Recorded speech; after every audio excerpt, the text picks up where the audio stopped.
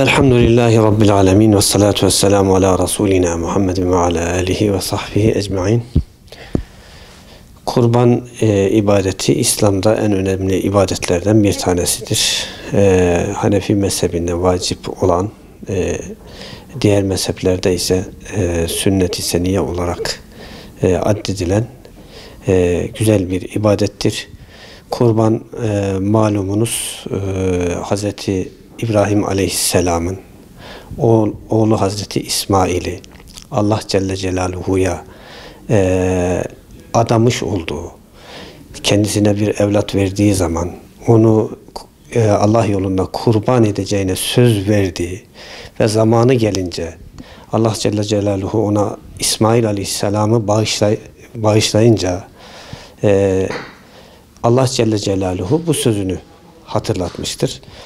Ve hiç tereddütsüz Hazreti İbrahim Aleyhisselam, İsmail Aleyhisselam'ı kurban etmeye götürürken Cenab-ı Hak insan ömrünün, insanın varlığının ne kadar önemli olduğunu bildirmek için kendisine bir koç hediye etmiştir ve o koçu kesme sonucunda bu sözünün yerine geldiğini ifade etmiştir ve İsmail Aleyhisselam'ın canını bağışlamıştır. Ama hem İbrahim Aleyhisselam hem İsmail Aleyhisselam hiç tereddütsüz Allah Celle Celaluhu'nun bu emrine rağm olmuştur. O yüzden aslında kurban fedayı can etmektir.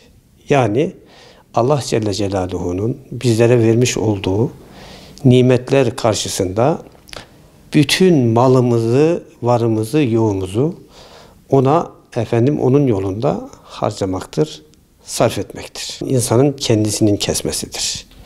Fakat bazı nedenlerden dolayı kesemeyen kardeşlerimiz vekaletle kurban vasıtasıyla kurbanlarını hem yurt içinde hem de yurt dışında fakir olan kardeşlerimize ulaştırmak üzere vakfımıza bağış yapmaktadırlar.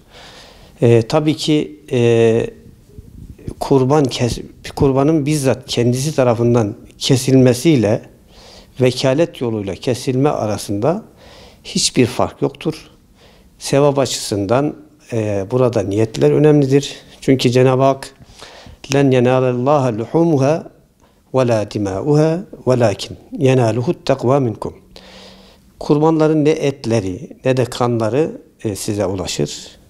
Allah'a ulaşan nedir? Sadece sizin niyetlerinizdir.